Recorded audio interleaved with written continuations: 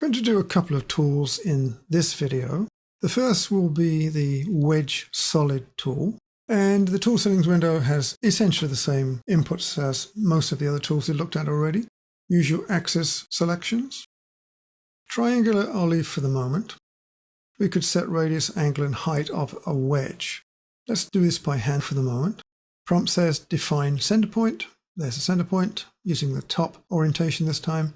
Define the radius is the next prompt. So I'm going to make the radius that. And then I'm going to drag my radius. And we can go wherever we want for this. Let's just do that. So I can set the angle of the wedge. And now I data point and drag either up or down for the height.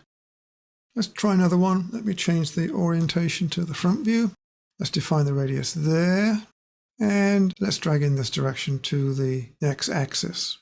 And data point and drag backwards and forwards either way. There's my wedge. We can do that one and that one. Let's try a triangular one. As you would expect, you'll see the same basic idea.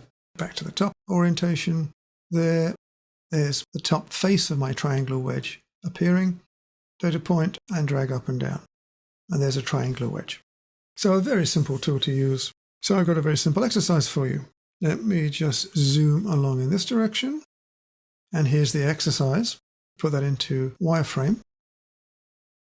And what you've got is a wedge, and a wedge, and a wedge, and a wedge, with 4 slab solids separating them. This, of course, is a hole. So use whatever dimensions you like. Start with one of the wedges and one of the slab solids, and go from there. And rather than draw every single item here, make good use of the mirror tool.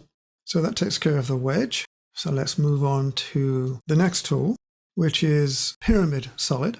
And this is very similar to the cone tool that we looked at earlier. A little more information though in the tool settings window. We can draw an inscribed, a circumscribed, by edge or by rectangle as the base starting point for the pyramid. We'll work with inscribed at the moment. And really the inscribed and circumscribed and edge, etc.